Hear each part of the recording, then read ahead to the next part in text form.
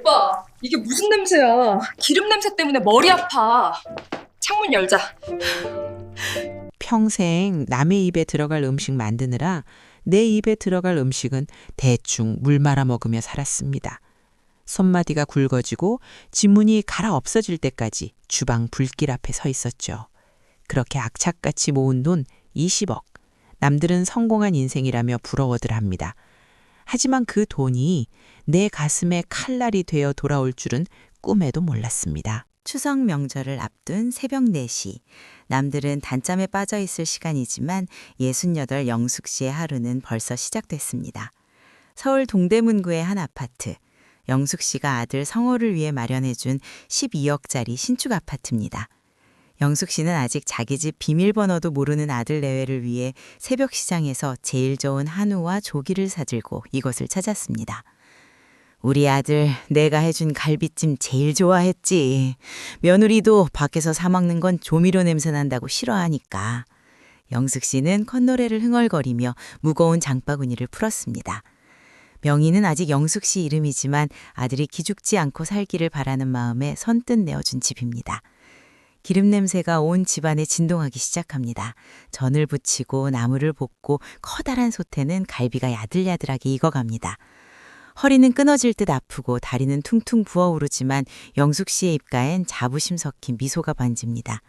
이게 부모 사는 재미지 싶었으니까요. 오후 2시가 다 되어서야 현관문이 열립니다. 쇼핑백을 한가득 든 아들 성호와 며느리 은서가 들어옵니다.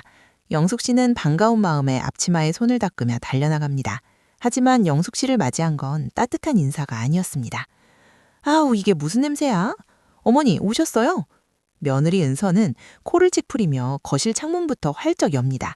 영숙 씨가 정성껏 차려놓은 식탁은 쳐다보지도 않습니다.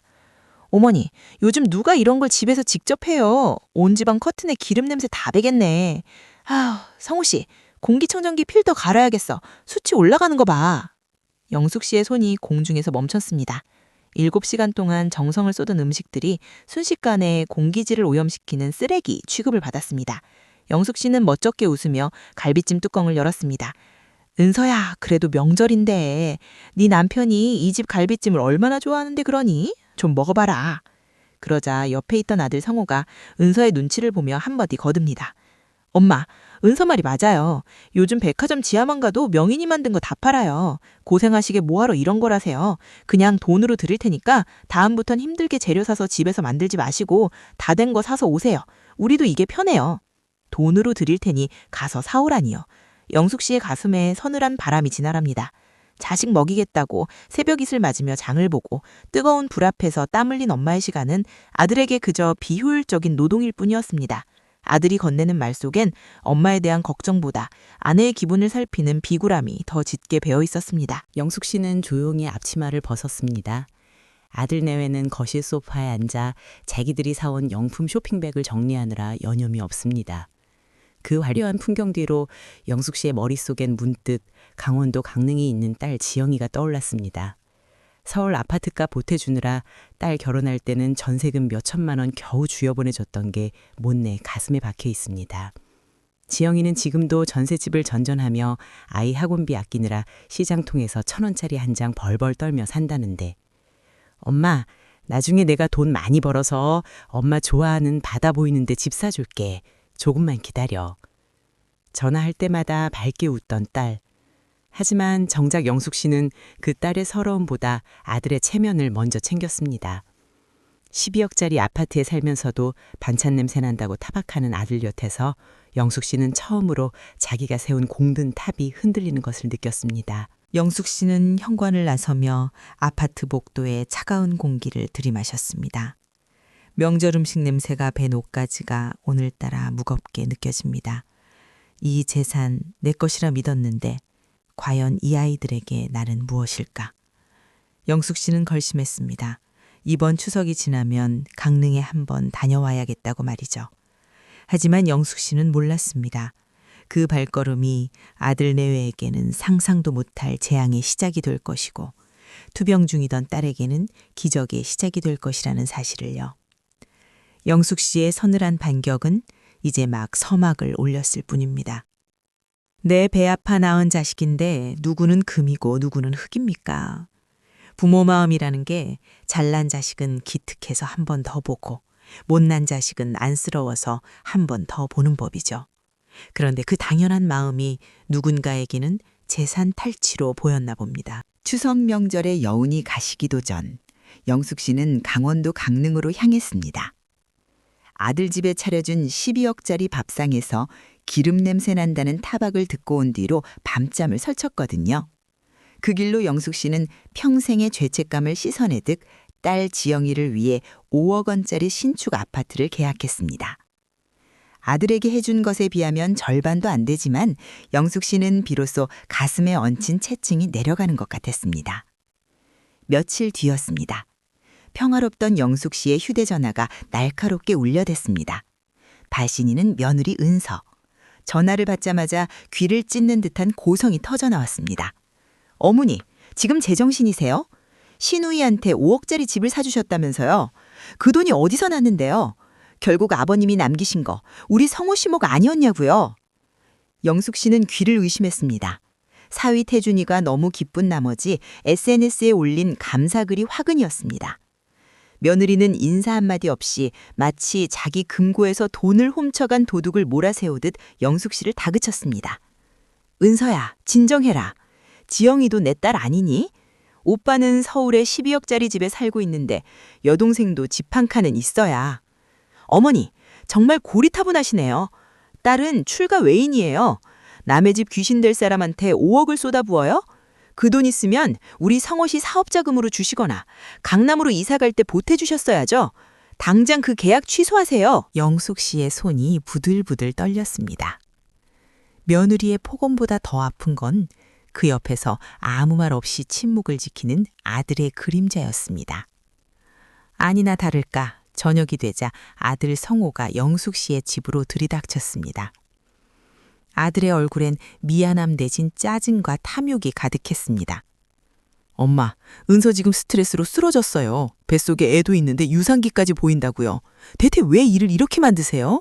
누나한테 5억 주셨으면 우리한테도 똑같이 5억 현금으로 주세요. 그게 형평성에 맞는 거 아니에요? 성호야, 너 지금 네 엄마한테 돈 내놓으라고 협박하는 거니? 협박이 아니라 권리를 찾는 거예요. 아버님 돌아가시고 엄마가 식당에서 번 돈, 사실상 우리 집안 재산이잖아요. 누나한테 간 5억 당장 우리 통장으로 입금해요. 안 그러면 저 운서 얼굴 어떻게 봅니까? 영숙 씨는 자수성가한 20억 자산가가 아니라 자식이라는 괴물들에게 뜯어먹히는 사냥감이 된 기분이었습니다. 아들은 유산을 무기로 엄마를 압박했고 며느리는 남 좋은 일 시켰다며 집안을 뒤집어 놓았습니다. 영숙 씨가 끝내 침묵하자 아들은 차갑게 뒤돌아섰습니다. 알았어요. 말로 해서 안 되면 법대로 해야죠. 기대하세요, 엄마. 사흘 뒤 영숙 씨의 집 대문 앞에 우체국 등기 우편이 도착했습니다. 봉투를 열자마자 영숙 씨의 눈앞이 아득해졌습니다. 하얀 종이 맨 위에 찍힌 굵은 글자 내 용증명. 며느리 이은서 이름으로 발송된 그 종이에는 기가 막힌 문구들이 적혀 있었습니다. 시어머니가 아들의 유산을 딸에게 부당 증여하여 가계에 손실을 입혔으며 이에 상응하는 금액을 지불하지 않을 시 민사소송과 함께 언론의 차별 대우를 폭로하겠다는 협박이 담겨 있었죠. 평생 자식 잘되기만을 바라며 불판 앞에서 보낸 세월이 주마등처럼 스쳐 지나갔습니다. 아들에게 사준 12억짜리 아파트에서 고맙다는 말 한마디 듣지 못하고 오히려 5억 원을 더 내놓으라는 칼날이 되어 돌아온 현실. 영숙 씨는 바닥에 주저앉아 그 종이를 꽉 움켜쥐었습니다. 그래? 권리? 형평성? 법대로 하자고 했냐? 오냐, 법이 얼마나 무서운지 내가 똑똑히 보여주나. 영숙 씨의 눈빛이 달라졌습니다. 슬픔과 당혹감으로 젖어있던 눈동자엔 이제 서슬퍼런 결기가 서렸습니다. 아들이 놓친 가장 치명적인 실수 하나. 그 12억짜리 아파트와 8천만 원짜리 외제차의 명의가 아직 누구로 되어 있는지 탐욕에 눈먼 그들은 잊고 있었습니다. 영숙 씨는 떨리는 손으로 전화번호부를 뒤졌습니다. 그리고 20년 전부터 알고 지낸 베테랑 변호사의 번호를 눌렀습니다. 변호사님, 접니다. 김영숙이에요. 제가 내 자식들을 좀 혼 좀 내야겠습니다. 아들과 며느리가 던진 탐욕의 불꽃은 이제 영숙 씨라는 거대한 화염이 되어 그들에게 되돌아갈 준비를 마쳤습니다. 과연 영숙 씨는 어떤 방식으로 이 파렴치한 자식들을 응징하게 될까요? 세상에서 가장 무서운 흉기가 무엇인지 아십니까? 강도의 칼날도 맹수의 이빨도 아닙니다. 바로 내가 목숨보다 아꼈던 자식의 입에서 나오는 독설입니다. 그 말 한마디에 평생 쌓아온 부모의 우주는 단번에 가루가 되어 흩어지더군요. 내용 증명을 받은 날 밤, 영숙 씨는 단 1분도 잠들지 못했습니다. 며느리가 보낸 그 차가운 종이 더미는 영숙 씨의 심장을 갈갈이 찢어 놓았죠. 그래도 내 자식이 설마 하는 미련이 남았습니다. 영숙 씨는 무거운 몸을 이끌고 다시 아들 성호의 집을 찾았습니다. 화를 내려는 게 아니었습니다. 그저 얼굴을 보고 우리가 어쩌다 이렇게 됐는지 묻고 싶었을 뿐입니다. 하지만 아파트 현관 앞에 선 영숙 씨를 맞이한 건 낯선 경고음이었습니다. 평생 잊은 적 없는 아들의 생일 조합. 그 번호를 눌렀지만 문은 열리지 않았습니다. 아들은 어머니를 밀어내기 위해 가장 먼저 비밀번호부터 바꿔버린 겁니다. 영숙 씨는 멍하니 서서 떨리는 손으로 문을 두드렸습니다. 성호야, 엄마 왔다. 문 좀 열어봐라. 우리 얼굴 보고 얘기하자. 문 안쪽에서 기척이 느껴집니다. 하지만 들려온 건 반가운 발소리가 아니었습니다. 인터폰 너머로 들려오는 며느리 은서의 목소리는 얼음장처럼 차가웠습니다. 어머니, 그냥 가세요. 우리 변호사 선임했으니까 이제 법대로 얘기하자고요. 5억 준비 안 됐으면 오지 마세요. 빈손으로 오셔서 감정 호소해봤자 소용없으니까. 은서야, 네가 어떻게 나한테 이럴 수 있니? 이 집도 내가 해준 거고 너희 타고 다니는 차도 다 내가. 아유, 또 그 소리. 해줄 땐 언제고? 이제 와서 유세세요? 그럴 거면 아예 주지를 마시든가. 됐으니까 가세요. 우리 성호 씨 스트레스 받아서 쓰러지면 어머니가 책임지실 거예요. 영숙 씨는 닫힌 문 앞에서 무너져 내렸습니다. 내 돈으로 산 내 집에서 자식에게 문전박대를 당하는 노모의 처지. 영숙 씨는 비틀거리며 아파트 복도를 빠져나왔습니다. 눈앞이 흐릿하고 다리에 힘이 풀려 주저앉으려던 그때 주머니 속 휴대전화가 진동했습니다. 강릉에 있는 사위 태준이었습니다. 장모님, 지영이가 응급실에 실려갔습니다. 지금 빨리 오셔야 할 것 같아요. 영숙 씨는 어떻게 강릉까지 갔는지 기억조차 나지 않습니다. 병원 복도 끝 창백한 안색으로 누워있는 딸 지영이를 본 순간 영숙 씨는 숨이 멎는 것 같았습니다. 사위 태주는 고개를 떨구며 그동안 숨겨왔던 진실을 털어놓았습니다. 장모님, 죄송합니다. 지영이가 절대로 말하지 말라고 해서. 사실 지영이 오래전부터 자가 면역 질환으로 투병 중이었습니다. 엄마한테 짐 되기 싫다고 오빠 서울집 사줄 때 자기 치료비까지 다 아껴서 보태준 거예요. 그랬습니다. 딸은 엄마가 아들 뒷바라지 하느라 고생하는 걸 알고 제 살을 깎아 먹으며 버텼던 겁니다. 아들이 12억짜리 아파트 인테리어를 고민할 때 딸은 단돈 몇만 원의 약값이 아까워 병원 가는 걸 미뤘습니다. 영숙 씨는 딸의 마른 손을 붙잡고 통곡했습니다. 지영아, 이 미련한 년아. 엄마가 그것도 모르고 너한테는 해준 것도 없는데. 영숙 씨의 오열은 이내 차가운 침묵으로 바뀌었습니다. 딸을 사지로 몰아넣으면서까지 아들에게 쏟아부었던 그 모든 세월이 떠올랐습니다. 그 결과가 고작 도어락 비밀번호 변경과 내용 증명이라니 영숙 씨의 가슴 속에서 뜨거운 것이 울컥 치밀어 올랐습니다. 그것은 슬픔이 아니라 지옥에서 돌아온 자의 서슬퍼런 분노였습니다. 영숙 씨는 눈물을 닦고 자리에서 일어났습니다.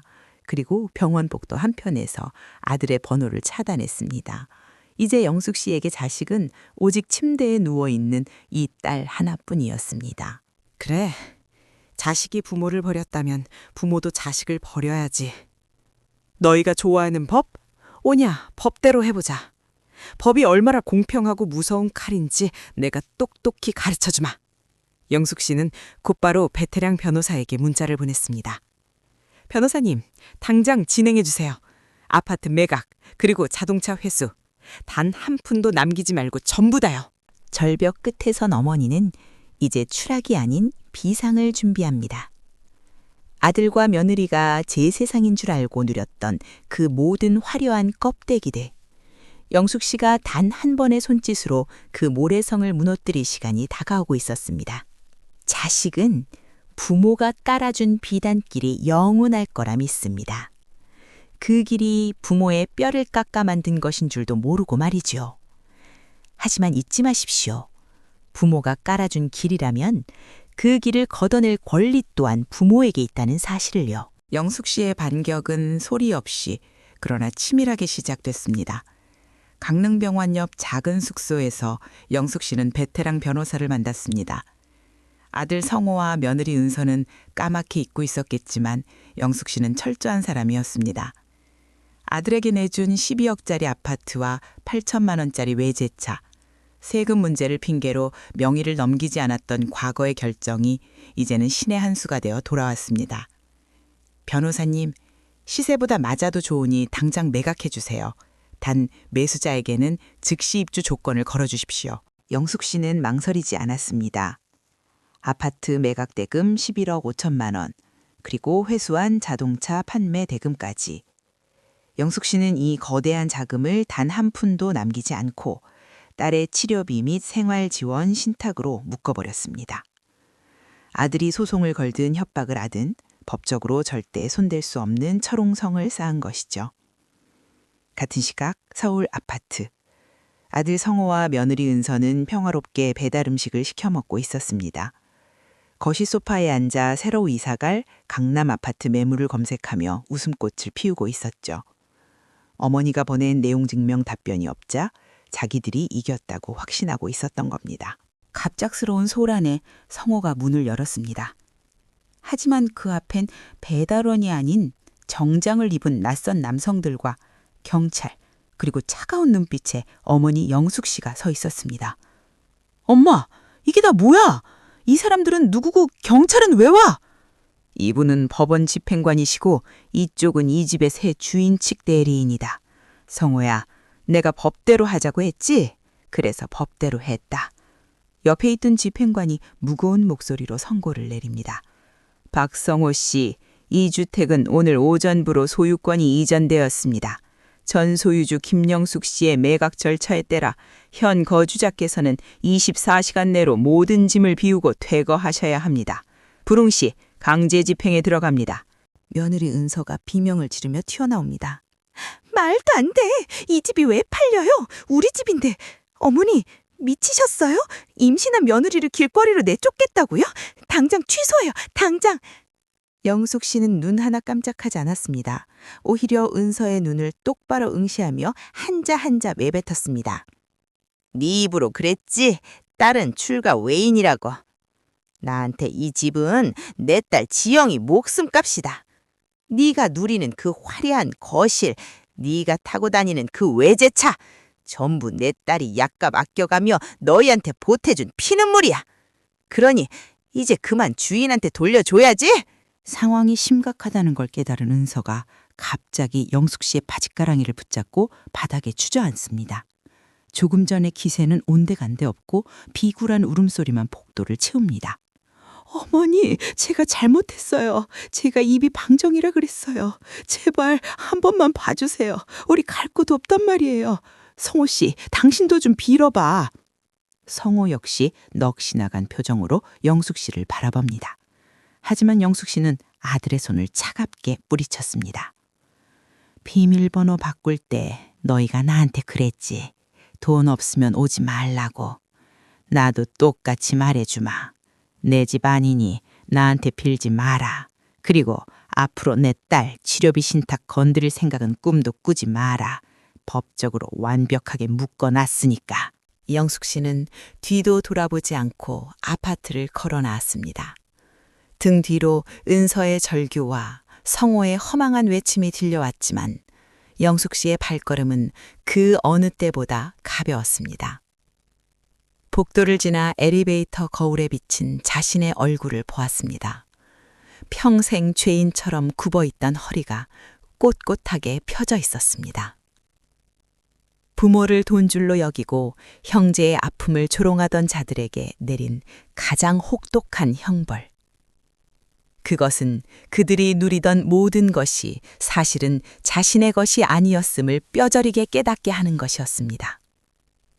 이제 무너진 모래성 위에서 떨고 있는 건 영숙 씨가 아니라 탐욕에 눈멀었던 자식들이었습니다. 인생이라는 긴 터널을 빠져나와 보니 결국 곁에 남는 건 화려한 이름표가 아니었습니다. 내 아픔을 함께 울어주고 소박한 밥상 앞에서 마주 앉아 웃어주는 사람. 우리는 그들을 식구라고 부르죠. 피를 나눴다고 다 가족이 아니라 마음을 나눠야 진짜 가족이라는 걸 68이 되어서야 배웠습니다. 폭풍 같던 시간이 지나갔습니다. 영숙 씨가 아들 내외를 차갑게 퇴거시킨 뒤 서울의 그 화려했던 아파트 소동은 영숙 씨의 인생에서 완전히 삭제되었습니다. 들리는 소문에 의하면 아들 성호와 며느리 은서는 보증금 없는 원룸을 전전하며 매일같이 서로를 탓하며 싸운다고 합니다. 은서는 친정으로 가버렸고 아들은 뒤늦게 영숙 씨의 번호를 수백 번 눌렀지만 돌아오는 건 없는 번호라는 기계적인 답변뿐이었죠.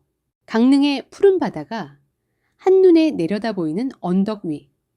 영숙 씨는 이곳에 잡고 아담한 전원주택을 마련했습니다. 마당엔 상추와 고추가 자라는 작은 텃밭이 있고 거실 창그론 매일 아침 눈이 시리도록 푸른 동해의 태양이 찾아옵니다. 엄마, 이것 좀 보세요. 올해 상추가 아주 연하게 잘 자랐네요. 방문이 열리며 밝은 목소리가 들립니다. 집중치료와 정성 어린 간병 덕분에 건강을 많이 회복한 딸 지영입니다. 창백했던 얼굴엔 다시 생기가 돌고 엄마를 바라보는 눈동자인 깊은 신뢰와 사랑이 가득합니다. 그 뒤로 사위 태준이 갓 잡은 생선을 들고 들어오며 환하게 웃습니다. 장모님, 오늘 시장에 나갔더니 도미가 아주 싱싱하더라고요. 오늘 저녁은 제가 매운탕 솜씨 좀 발휘해 보겠습니다. 아유, 우리 사위 요리 솜씨야 내가 잘 알지. 지영아, 너는 들어가서 좀 쉬어라. 엄마가 상추 씻어 올게. 식탁 위엔 화려한 산의 진미는 없습니다. 하지만 직접 기른 채소와 사위가 끓인 매운탕, 그리고 세 사람의 웃음소리가 반찬이 되어 훌륭한 성찬을 만듭니다.